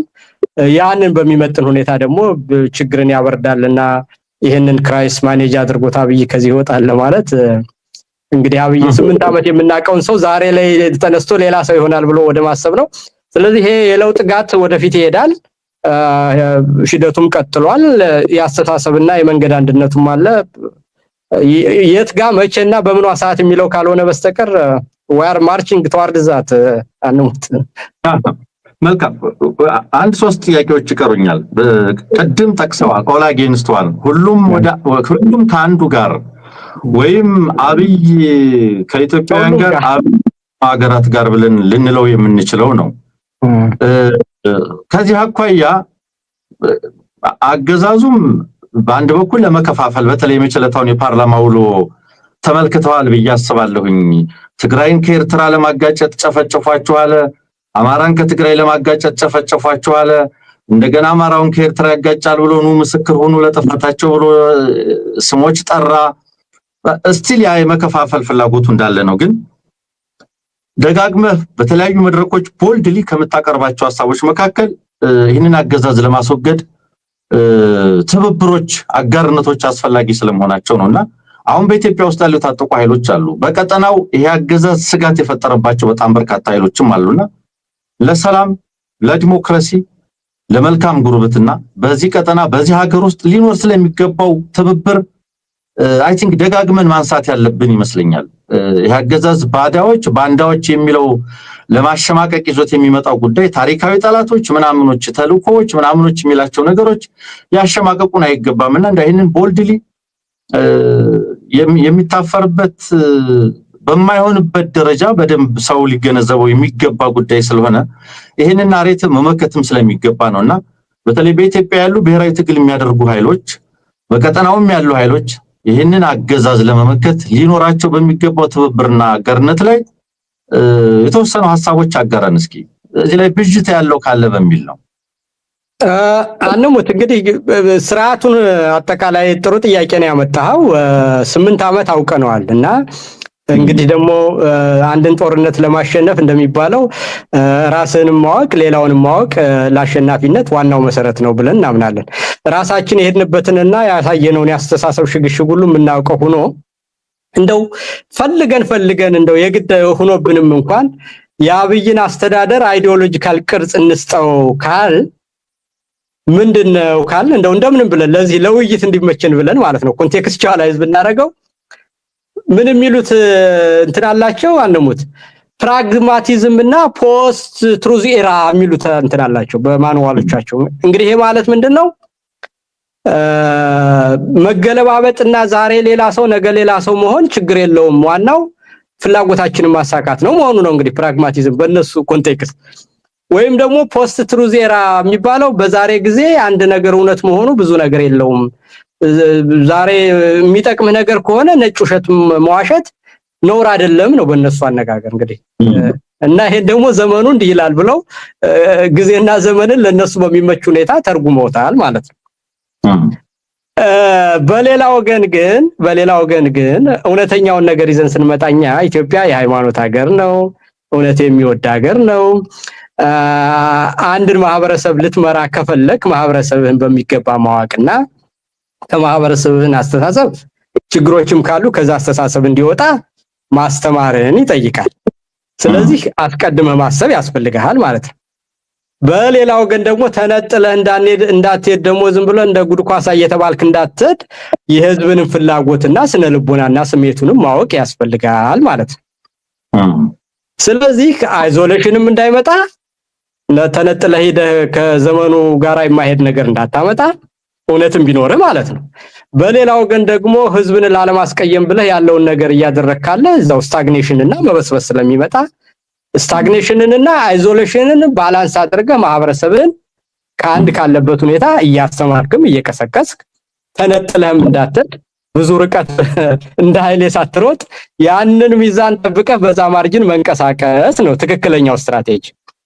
ስለዚህ የአብይ ውሸታምነትና ፖስት ትሩዝ ኤራና ፕራግማቲዝም የሚለው ኤርትራ ላይ ያደረገው እንደ ክደት ታውቆ አይንህና ላይ የተባለበት በትግራይና በአማራ መካከል ያለውን ስንጥቅ ለመጠቀም የተጠቀመበት ነገር ፕራግማቲዝም ብሎ የትግራይን ኃይሎች መልሶ ካጠቃ በኋላ ደግሞ ለራሱ መምቻ ለመጠቀም ከአማራም ከኤርትራም ሊያጣላቸው ሲፈልግ ሞኝህን ፈልግ ያሉበት። በሌላ አነጋገር ደግሞ እኛ ከ2 ዓመት ጀምረን ያለውን ነገር ለህዝባችን ትንሽም ቢሆን ታማኒነት እንደሚያስፈልግ አድርገን እውነት እየተናገርን ሳንዋሽ ሳንገለባበጥ መከራና ጊዜ እንኳን ባለ ጊዜ ንፋሱ ወዲህና ወዲያ ሳይለን እውነቱን አድርገን ለህዝብና ለሀገር መከታ በሚሆንበት ጊዜ አብረን እየቆምን በሌላ አነጋገር በትግራይ ጦርነት ውስጥ በነበረ ሁኔታ ውስጥ እኛ የነበረንን አቋም ሁሉ ታውቀዋል አይደለም? ያን አቋም በመያዛችን አሁን ስለ አንድነት ስንናገር መደመጥ ችለን ወቅሰንም ሆነ ምን ብለን የኤርትራን ጉዳይ መደበቂያ እንዳያደርገው የወደብን ጉዳይ ከ2 ዓመት ጀምረን ሰርተንበት ይሄ አስተሳሰብ ደግሞ ሜንስትሪም ሐሳቡ ነው መጥቶ ተለውጦ ባለበት ላይ ሲጨንቀው ከ2 ዓመት ጉዞ በኋላኛ ከርን በኋላ ዛሬ ቢያመጣው ያንን ወሬ የማይሰራበት ሁኔታ ላይ ደርሷል ነው። ስለዚህ ይሄንን አሁን የያዝነው ነገር ያ አስተሳሰብ የማይገዛ ሐሳብ መሆኑን ቅድም እኮ ደቡብ ጎንደር ላይ ሁሉ ያሳየው እነዛ ስንጥቆችን የመጠቀም ፖለቲካው ሁሉ እነዛ ቦምቦች በአጠቃላይ የከሸፉበትና የመከኑበት ሁኔታ ላይ ደርሰናል። እነዛ ሲጠቀምባቸውና ይሄንን ጉዞ ከዛ አልፈን ወደ መተባበርና ወደ አንድነት ፋኖር ሆኖ እነዛን አመለካከቶች ሁሉ በምን ሁኔታ እንደቀረጻቸው እንደው ከትንሽ ጊዜ በፊት እኮ አሁን ያሉትን ኃይሎችን ሁሉ እኮ አብሮ መስራት ይቻላል ብሎ መናገር እኮ የሚያስፈራበት ጊዜ ነበር አይደለም እንዴ? እና ያ አመለካከት አሁን በየት ደረጃ ነው ያለው ካል ብዙ ርቀት ሂደናል። ገደሎችንና ስንጥቆችን ሁሉ ደፍነናል። ግን ደግሞ በተባለ ሁኔታ አሁን የተያዙት ነገሮች ሁሉ መልካም ናቸው። የህዝብን አስተሳሰብ ሁሉ ጊዜ ማስተማር ኤምፓወር ማድረግ የቀረም ሰው ካለ ደግሞ ማስተማርን ስለሚያስፈልግ በዛ ደረጃ በሚደረገው ነገር ውስጥ እንደ ኤቢሲ ያሉ ሚዲያዎች ያላችሁ ሚና ከፍተኛ ስለሆነ ምንም የሚያስፈራ ነገር የለም። አሁን በመናደርገው ነገር ቅድም እንዳልነው ኤክስትራክቲቭ የሆነን ደመጣጭ ስርዓት በቃ እነዚህ እኮ አሁን አብይ ቦታ ላይ ያሉ ሰዎች ስሰማኮ ምንድነው ጌታቸው አሰፋ የትኛው ወንበር ላይ ነበር የሚቀመጥ አቦይ ስብሐት የቱ ጋር ነበር ሸራተን የሚጠቀም የሚሉ ልክ ያንን የነበረውን ነገር መልሶ ኤክስትራክቲቭ ተቋም በዛው ላይ እዛው የመተካት አዙሪት ቪሺየስ ሰርክል ውስጥ ነው ያለ። በሌላ አነጋገር ግን አሁን ፋኖ ያዛቸውን አመለካከቶች ካላችሁ የብሔረሰብ ፖለቲካን እንደሚጠላና አሃዳዊ አመለካከት ያለው የሚባለው የአማራ ኢሊት ከዛ የመጡ ወጣት ልጆች በብሔረሰብ መደራጀትን አቋም አድርገው እርስ በርሳቸው ተተጋግለው ያን አመለካከት የድርጅታቸው ገዢ አድርገው የሌሎችን መብት ሁሉ ስለማክበር ደፋር ውሳኔዎችን አድርገው ማስፈራሪያ የሆኑ ፕሮፓጋንዳዎችን ሁሉ ቶታል ፓራዳይም ሽፍት በሚመስል ሁኔታ ቀይረው እንዴት መስራት እንደሚቻል አሳምነው ከዛም በኋላ ደግሞ ይሄንን ኃይል አጠቃላይ ከሌሎች ሁሉ እንዴት እንደሚሰራና ቀጠናዊ ኃይሎች ጋር ሁሉ እንዴት መተባበር እንደሚችል ትልቅ ያስተሳሰብ እንደው ትራንስፎርሜሽናል በሚባል ሁኔታ ይሄድና ሁሉንም ኢንክሉሲቭ የሆነ መዋቅር ለማምጣት እየሄደ ያለ ስለሆነ ይሄ ነገር ደግሞ ታስቦበት በተደጋጋሚ እየተሰራና ስርዓቱ እንግዲህ መሳሪያ አለው፣ ጠመንጃ አለው፣ ገንዘብ አለው፣ ጉልበት አለው። ይሄንን ለማበላሸት የሚያደርገው ነገር ስላለ እየተከታተሉ ግር በግር መስራት ያስፈልጋል ነው ምለዋን ነው። መልካም ምን ተጠብቃለህ? አሁን ይሄ አገዛዝ ከትግራይ ጋር ጦርነት ሊገባ ጫፍ ላይ ነው። ምናልባት ከኤርትራ ጋርም ሊቀጥል ይችላል። ምን ሊከሰት ይችላል? ምናልባት ከዚህ ተነስቶ ሊፈጥር የሚፈልገው የአገራዊ ስሜት ቅስቀሳ ብሔራዊ ጥቅም ዋቴቨር አጀንዳ ሊኖር እንደው እንጃ። ግን ምን ሊፈጠር ይችላል? አማራውስ ምንድነው በዚህ ውስጥ ሊጠነቀቅና በትኩረት ሊገነዘባቸው የሚገባው ነገር? ወደ ጦርነት ቢገባ ምንድነው የሚመጣው? ወደ ጦርነት ተገብቷል እንዳልኩ ነው ቅድም። አሁንም በዛ ሂደትም ደግሞ ሊነሱ የሚችሉ አስተሳሰቦች ሁሉ እግር በእግር 2 ዓመት ሙሉ ደፍነናቸዋል። ዛሬ አዲስ ነገር አይፈጠርም። ፓርላማ ላይ እኮ ሞከረው እኮ የሚፈልገውን ዝንባሌውን አየነው እኮ አይደለ? የሚፈልገው ወደ ማመጣው ለህዝብ ነው ብሎ ለማደናገር እና የኤርትራ መንግስት በትግራይ ውስጥ ትልቅ በደል እንደፈጸመ አድርጎ አሳየው። የወደቡ ጉዳይም እንደ ጎላን ተራራ አድርጎ የኢትዮጵያ ናሽናል ኢንተረስት እንደሆነ ለማሳየት ሞከረ። በውስጥ ያለውን ስንጥቅ ለመጠቀምም ፋኖችን እጅ ሰጡ። እንደዚህ እያለ እጅ መስጠትንና ይቅርታን ብቻ እንደሚቀበል አድርጎ አዋራ። እንዲሁም ደግሞ የትግራይ ኃይሎች አማራን እንደ አወደሙት አድርጎ ሁሉ ለጦርነቱ ሊፈጥራቸው የሚፈልጋቸው ናሬቲቮች እንደዚህ እንደሆኑ በግልጽ አሳይቶናል። ስለዚህ ያንን ደግሞ ካውንተር ተደርጎ በእያንዳንዱ ሚዲያ አቶ ገዱን ወጥቶ የተናገረውን ጨምሮ ሁሉም አይነት ኃይል አጌንስት አብይ እንደሆነና ቀደም እንዳልኩ አብይ የኢትዮጵያን ህዝብ ስለማያውቀው ኢትዮጵያ ህዝብ ሃይማኖተኛ ህዝብ ነው።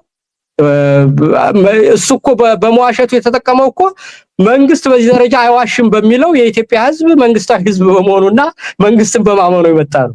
በኋላ ላይ ግን ነጭ ውሸታም መሆኑን ሲያቀው ከዚህ በኋላ አብይ እውነት ቢናገር እንኳን እንደ ይሄ ቀጣፊ ሰውዬ ዛሬ እውነት የተናገረ አንድ ነገር ሊያታልል ነው የሚለው እንጂ ሊታመን የማይችልበት ደረጃ ላይ ደርሷል። ሊመጡ የሚችሉ ነገሮች ሁሉ አስቀድሞ ታስቦባቸው ተሰርተው ከሽፏል። ወደፊትም ቢሆን ይሄን ናሬቲቭ ተከትሎ መሄድ ነው። ግን እንደ መገለጫ እንዴት ታየዋለህ ካልከኝ ኦቨር ኤክስቴንሽን ነው። አሁን እኛ እየታገልነው እያሯሯጥ ነው ገደል ሊገባ ስለሆነ ይሄንን ፍጻሜውን መፈጸም ነው። እነዛ ነገሮች እንዳይመጡ ግን አስቀድመው ኤርትራ ጋር ያለንን ሁኔታ በመልኩ እንደምናይ ግልጽ አድርገናል፣ ዲፋይን አድርገናል። ፋኖም ተናግሯል። እኛም ደግሞ ይሄ ይቀርብናል ማንል ሰዎች አስቀድመን እየወጣን በሚገባ እንዴት መታየት እንዳለባቸው በንቃት የአብይን ደደብነት የምታውቀው ዛሬ ይሄንን ሊያደርግ እንደሚችል አውቀንኛ ከ2 ዓመት በፊት ብድግ ብለን ተነስተን የኤርትራ መንግስት ጠላት ተደርጎ መታየት የለበትም ብለን ስንናገር ምንም ያንን ነገር መናገር አስፈላጊ ነው ተብሎ በማይታመን በሚመስል ሁኔታ ነበር። ያ ግን አስተሳሰብ በጊዜ ሂደት 2 ዓመት ሙሉ ተሰርቶበት አብይ አሁን 30 ጊዜ ቢጮህ ያንን የሚሰማና የሚበቅልበት መሬት በሌለ ደረጃ ተሰርቷል። ይሄ ደግሞ እንደተባለው አብይ ደካማ መሆኑንና በዚህ በኩል ያለው ኃይል አስቦ የሚሰራ መሆኑንና ነገን የሚያይ እንደሆነ መሪነት ደግሞ አስቀድሞ ማሰብንና አስቀድሞ ማየትንም የሚጠይቅ መሆኑን ግልጽ በሆነ ራዕይ ደግሞ የፖለቲካ አቋም መውሰድን ያ ሲባል ደግሞ ናሽናል ኢንተረስታችንን ብሔራዊ ጥቅማችንን የህልውና ትግላችንን በሚያጠናክር ለሁላችንም በሚያሸንፍ መልኩ በሚገባ አርቲኩሌት እንደተደረጉና ያንን ሚዲያውም ህዝቡም እንደያዛቸው እናውቃለን። ያንን ግን አስፍቶ መያዝ ያስፈልጋል። ግን የአብይ ስርዓት አጠቃላይ ምንድነው ካልከኝ የውስጥ ቅራኔውን በዝቶበታል፣ ድርጅቱም ተከፋፍሎበታል። ኦቨር ኤክስቴንሽን ላይ ሆኖ ግባ ከመሬቱ ሊጠናቀቅ ያ እውነተኛ ፋይዳቸውን ሳያቅ ለፐርፎርማንስ እና ለሚዲያ ያደረጋቸው ነገሮች ሁሉ ሲሪየስ ኮንሲኩዌንስ አምጥተውበት እነዛ ነገሮች መጨረሻ ላይ ግብዓተ መሬቱን ሊያፋጥኑት ወደ ውጤት እየተጠናቀቁ ያለበት ሁኔታ እዛ ደረጃ ላይ ነው የምንገኝ። መልካም። ምን ይታያል? ቢሆኖችን ማስቀመጥ ትችላለህ? ከዚህ በኋላ ምን አይነት ሴናሪዮ ሊፈጠር ይችላል? አብይ አህመድ በውስጥም ቅድም እንዳልነው ነው፣ በውጭ በቀጠናውም እንደምናየው ነው። በውስጥ ስንል ደግሞ ራሱ በጣም እንዳልከው ኦቨርስትሬች የሆነው ሰራዊት ውስጣዊ አንድነት ያጣውና በጣም በደካሞች የተሞላው ፓርቲ አለ እና በእንደዚህ አይነት ሁኔታዎች ውስጥ አገዛዙ ምርጫ አድርጌ ብሔራዊ ናሽናል ዲያሎግ አድርጌ ስልጣን አራዝሜ እቀጥላለሁ የሚል ሴናሪዮ አስቀምጧል። በውጊያ አሸንፌ ነገሌን ደፍጥጬ ነገሌን እንትን ብዬ ሻምፒዮን ሆኜ እወጣለሁ ብሎ እየሰራ ግን አጠቃላይ ሁኔታዎች ወዴት የሚወስዱን ይመስላል? ምን ሴናሪዮዎች ናቸው የሚታዩ? ምን ቢሆኖች ናቸው የሚታዩ? በአንተ በኩል የሞጫ ጥያቄ ላድርገው ይሄንን። እኔ እንደው ብዙ ጊዜ በተደጋጋሚኛ አንድ አይነት ኮመን ሚስቴክ ስለምንሳሳት ያ ነገር እንዳይሆን ሊመጡ የሚችል ስጋት ብዬ ሌላውን እንደው ዝም ብሎ ይሄ የማይሆነውን እና በጣም ፋርፌች የሆኑ ሴናሪዮችን እንተዋቸውና አሁን አብይ 8 ዓመት ሙሉ በሄድንበት ሁኔታ ስናየው ዳውን ዘ ላይን ስቴጅ ኦፍ ዲስኢንቴግሬሽን ነው በየጊዜው እየተሸመቀቀ መሄዱ ምንም ይሄንን ሁኔታ ሪቨርስ አድርጎ ሌላ ነገር ሊመጣ የሚችለው ነገር ታምራዊ መሆን አለበት። የትግራይ ኃይሎች የበለጠ እየታጠቁ የበለጠ እያደጉ የአማራ ኃይሎች የበለጠ አንድ እየሆኑ እየተደራጁ እያደጉ ከሌሎች ኃይሎች ጋር እንዴት እንደሚሰሩ ያ በሂደት እያደገ መምጣቱን ነው የሚያሳየኝ። በሌላው ግን ደግሞ በመንግስት ውስጥ ያለው ኢንፋይት እያደገ መምጣቱን እንጂ ስለዚህ አብይ ምርጫ አድርጎ ሌሎችን አሸንፎ ይኖራል የሚለው ክሎዝ ቱ ዜሮ የመሆን እድሉ ማለት ነው። በሌላ አነጋገር ግን የአብይ ስርዓት የመፍረስ ሁኔታ መፈንቅለ መንግስት ሊመጣ ይችል ይሆናል ወይ? ስርዓቱ በራሱ ጊዜ ቀልጦ ሊጠፋ ይችል ወይ? አብይ ተሰዶ ይሄድ ወይ? ሲያሸንፉስ ምን ይሆናል የሚሉት ነገሮች ወደ እርስ በርስ ጦርነት ያመራ ይሆን ወይ የሚሉ ነገሮች ሊመጡ ይችላሉ ማለት ነው። ከነዚህ ውስጥ የበለጠ የሚሆነው የሚመስለኝ እኔ ህወሓትም በመንግስትነት ውስጥ የኖረና ለውጥን በማስተናገድ ረገድ የሚያውቅ ነው።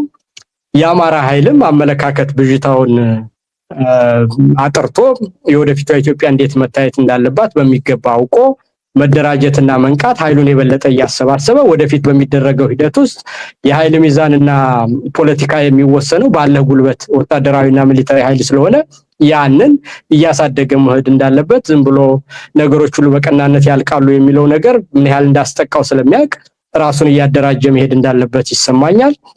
ስለዚህ የሚመጡት ነገሮች በእነዚህ ኃይሎች ግብግብ ይሄ የበለጠ እኔ አሸንፊያለሁ በሚል ኪብረስ የሆነ ወደ ትምክት የሚጠጋ አመለካከት የኃይሎች ግጭት እንዳይፈጠር ውስጥ ያሉት ኃይሎች ሁሉ በብሔር ቅኝት ያለ አመለካከት ስለሆነ አሁን ሳቦታጅ መጀመሩ አይቀርም። ወደ የራሳቸው ኮንስቲትዩንሲ ግራቪቴትድ ማድረጋቸው አይቀርም። የኦሮሞ ኢሊቶችም በዚህ ሂደት ውስጥ የበለጠ የኦሮሞ አካባቢው ኃይል ጠንከር ብሎ እንደሚመጣ የአብይ ነገር ምንም ሜጃው እንደሌለው ስለሚታወቅ ማለት ነው። በአማራዎችም በኩል እንደዛው እንደሚሆን በትግራይ ኃይሎችም በደህንነቱ በምን ባላቸው ልምድ የበለጠ የአብይን ጉልበት አሳስተነዋል፣ ከዚህ በኋላ የመንግስትነት ልምድ ያለን እኛ ነን፣ እኛ የበለጠና የሚል እንዳይሆንና የነዚህ ኃይሎች ግብግብ እንዳይፈጠር ግን እንዲህ ያለው ነገር የት አዙሪት ውስጥ እንደጣለን ማወቅ አለብን ማለት ነው። ስለዚህ አሁን እነዚህ ኃይሎች እንደ ትምህርት የምሰጠው ነገር አሁን በሚሆነው ሁኔታ ውስጥ በትግስት በኩልነት የሁሉንም ጥያቄ ግምት ውስጥ በማስገባት እንጂ አንድ አሸናፊ ቡድን ያሸናፊ ቅድም በፋኖች መግለጫ ላይ እንደተባለው የአሸናፊዎች መንግስት መመስረት ያው ኤክስትራክቲቭ የሆነውና ናሮ ፖለቲካልና ኢኮኖሚክ ኢሊት መፍጠር አዙሪት አውድም እንደሆነ አውቀን የሚፈጠረው ነገር ኢንክሉሲቭ እንዲሆን በሚገኘው ድል የመኩራራት እኔ በለጠ አሸነፍኩ እኔ በለጠ ኢትዮጵያ እንድታሸንፍ ካስፈለገ እነዚህ የሚመጡ ኃይሎች ራሳቸውን ከራያቸው ጋር መሆን እንጂ በአንድ የጦር ሜዳ ውስጥ የተለየ አሸናፊ በመሆን ወይም የተለየ ለራስ የተገናነ ስሜት መስጠትና በድል መስከር እንዳይመጣ ይሄ ሊመጣ የሚችልም ስጋት ስለሆነ ይሄንን ደግሞ አስቀድሞ አውቆ ዋናው ነገር ነገራይን ማየት እንጂ በሚዲያ ጀግንነት በመሳል በተለየ የወታደር አዋቂነት በማየት የተለየ ተዋጊ ነኝ ነገሩን ሁሉ እንዲህ ያደረኩት ወይም ፋኖም ቢሆን ራሱ በስትራቴጂ አድርጌ ጠላቶች ከነበሩት ሁሉ ጋራ ተስማምቼ አዲስ ነገር አመጣሁ ብሎ የማይሆን ጀብደኝነትና ያሸናፊነት ስነልቦና ውሎ አድሮ ለውድቀትም ስለሚያድር እነ ናፖሊዮንን ሁሉ መጨረሻ ላይ የጣላቸው ነገር ይሄ አስተሳሰብ ነው። ከልፍ ያለፈ እና ወደ ሂብረስ ወደ ስካር የሚጠጋ ጀብደኝነት እና መናናቅ በተለይ ደግሞ በብሔር በተዋቀረ ሀገር ውስጥ ሊመጣ የሚችል ሐሳብ ስለሆነ ያንን አስቀድመው አውቀው ያ ስካር ስሜታቸውን እንዳይነዳቸውና ከምክንያታዊነት እንዳያርቃቸው አድርገው እነዚህ ኃይሎች የነገዋን ኢትዮጵያ በመመስረት ላይ በትግስትና በብልሃት ጥያቄዎቻችንን መመለስና ወደፊት መራመድ ነው እንጂ ጠመንጃ ያወዛወዙ ማሸነፍ ከሆነ ሁሉም አርጎታል። ስንት አመት ኑረናል፣ ከድህነት ያወጣን ነገር የለምና ያንን ትልቅ ልብ እንደ ትውልድ እንደ ሀገር ወደ ተሻለ ነገር ለመራመድ ያችን መስመር ያሰመረ ሰው ነው በታሪክም ፊት የተከበረ የሚሆነውና እዚህ ላይ እንዲያተኩሩ ስጋትም ቢሆን ሊመጣ የሚችለው ይሄ ነው። ኦሮሞ ወደ ኦሮሞ ሲገፋ ትግሬው ወደ ትግሬው አማራው ወደ አማራው ሲሆን ነገን በራስ አምሳል ለመቅረጽ በሚመስል መልኩ የሚደረግ ሽሚያ እንዳይኖር ጥንቃቄ ያስፈልገዋል። ሊሆን የሚችለውም ሴናሪዮ እሱ ይመስለኛል እንጂ የአብይ መውደቅም አይቀሬ ነው።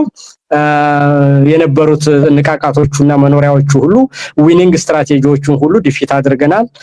መንገዳችንም በአግባቡ ይዘነዋል ብዬ ነው የምረዳው። በዚህ ነው የማየው። አንሙት መልካም። ምናልባት እንደው መሬት ላይ ብሔራዊ ትግሎች በቀጠሉበት አንዳንድ በውጭ ሀገር ያሉ አካላት የሽግግር መንግስት የሚል ኮንፈረንስ ሲያደርጉ መለከታለሁኝ። እንደው መሬት ላይ በጣም በርካታ ኃይል ዋጋ እየከፈለ ብሔራዊ ትግል እያደረገ ባለበት በውጭ ሀገር ያሉ አካላት የሚያነሱት የሽግግር መንግስት አጀንዳ ምን ያህል አዋጭ ነው ትላለህ? በዛ ረገድ የሽግግር ሂደቱን መወሰን ይቻላል ያልከው ነው። ከፉክክርና ከመሳሳብ ወጥቶ ወደ ትብብር መሄድ ስለሆነም በጋራ ጉዳዮች ላይ የጋራ አቋም ወስዶ የሚያለያዩ ነገሮች ላይ እያጠበቡ መሄድ የድህረ አብይ አንደኛው ሴናሪዮ ወይም ትክክለኛው የሽግግር ሂደት ሊሆን እንደሚችል መገመት እንችላለን። ግን አሁን ላይ ሆነው ዋጋ ከሚከፍሉት ከሚታገሉ ኃይሎች በላይ በውጭ ሀገር ሆነው ስለ ሽግግር መንግስት የሚያወሩ አሉ። ጦርነት ይቆም የሚሉም አሉ። ዛሬ ላይ ሆነው እዚህ ላይ የመጨረሻ ሐሳብ እንስጠን እና እንጨርስ። አይ አንዳንድ ነገሮችን ምንድነው በኮንቴክስት ፍሬም ማድረግ የሚያስፈልግ ይመስለኛል። አንሙት ተናዳፊነትና ያላስፈላጊ ኮንፍሮንቴሽን መፍጠር አያስፈልግም። ያሉትን ኃይሎች ሁሉ ወደ ፖዚቲቭ ኢነርጂነት ለውጦ ለትግሉ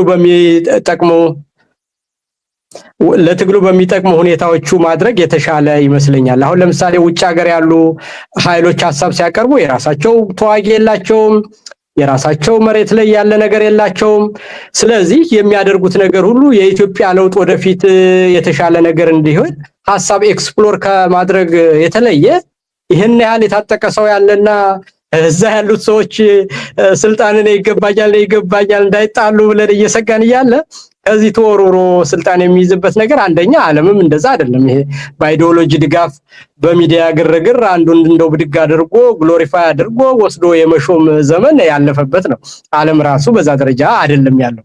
ስለዚህ እነዚህ አካላት በኢትዮጵያ ውስጥ ደግሞ በብሔረሰቦች በማንነቶች በአይዲዮሎጂዎች መካከል ብዙ ቅራኔ ስላለ እነዚህ አካላት ሐሳብ ማዳወራቸውና ነገ በዚህ መልኩ ይሁን ማለታቸው የሚጠላ ሐሳብ ስላይደለ በዛ መልኩ ፍሬም እያደረጋችሁ እናንተ ፖዚቲቭሊ ወደዛ እንዲሄድ ማድረግ የተሻለ ይመስለኛል እንጂ አሁን ከዚህ ሄዶ ስልጣን ይወስድብኛል የሚለው እኔ ዜሮ ስጋት ስለሆነ በዛ ደረጃ አላስፈላጊ ኤነርጂ እንዳታጠፉ እንደው ከሰው ጋርም ቅራኔ ማብዛት እንዳይሆን ያስፈልጋል። ይሄ ጦርነት ይቆም የሚሉትም እንደተባለው አሁን ምርጫ አደርጋለሁ ምናምን ብሏል።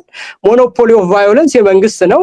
ራስ ጠመንጃ ይዘህ እየተወዛወስክ እኛ ማድረግ አንችልም የሚሉ ወደ ጠመንጃ ትግል አልገባንም የሚሉ ነገር ግን መንግስትን መውቀስ የሚፈልጉ እንደ መግቢያ አጀንዳ አድርጎ ጦርነት በራሳችን ላይ ያወጀብን መንግስት ስለሆነ በእንትን ያደርግ ስለዚህ ጠመንጃ ሐሳብ የማለት አድርጎ በዛ ደረጃ ፍሬም እያደረጉ ዋናው ትግል ያለው መሬት ላይ ስለሆነ በዛ ደረጃ ኮንቴክስቹዋላይዝ ማድረግ እንጂ ከዚህ ተንደርድሮ ስልጣን የመውሰድ ፕራክቲካል ስላይደለ ምንም መጨነቅና ለዛም ጉልበት ማጥፋት እንደው ቅራኔ የሚፈልጉ መስሎ አለመታየት አንዳንዴ ሆደ ሰፊነትንና ነገን ማየትና ይሄ ዜሮ ፎርስ የሆኑትንና ኔግሊጂብል የሆኑትን ብዙ መድከም ያለብን አይመስለኝም። አንሙት እጅግ በጣም እናመሰግናለን ኢንጂነር ይልቃል ጌትነት። እንግዲህ የተወሰነ የኔትወርክ መቆራረጥ ቢረብሸንም ባልደረባችን ትንግርቱ ቢወጣም ስለሰጠህን በጣም ሰፊ ማብራሪያዎች እጅግ በጣም ነው የምናመሰግንህ። ተስፋ አደርጋለሁ ከዚህ በኋላም በብዙ ጉዳዮች ላይ እየተገናኘን እንደዚሁ ቆይታ እናደርጋለን፣ ውይይት እናደርጋለን ብዬ አስባለሁ፣ ተስፋ አደርጋለሁ። ስለነበረን ቆይታ ግን እጅግ በጣም አመሰግናለሁ። መልካም አንሙት፣ በርታ፣ አንተማ አትጥፋ። እንግዲህ እንደተባለው ነው ቅድም ወንድሜ ነው የትም አይደርስም ብለህ ነው ቀጥረኝ የጠፋህ ይዛን ጊዜ ያም እንደ እንትን ነው የሚታይ እንጂ ስላልተመቸህ ነው። በዛ ደረጃ ነው። አትጥፋ፣ ደውል፣ እንገናኝ። መልካም ጊዜ።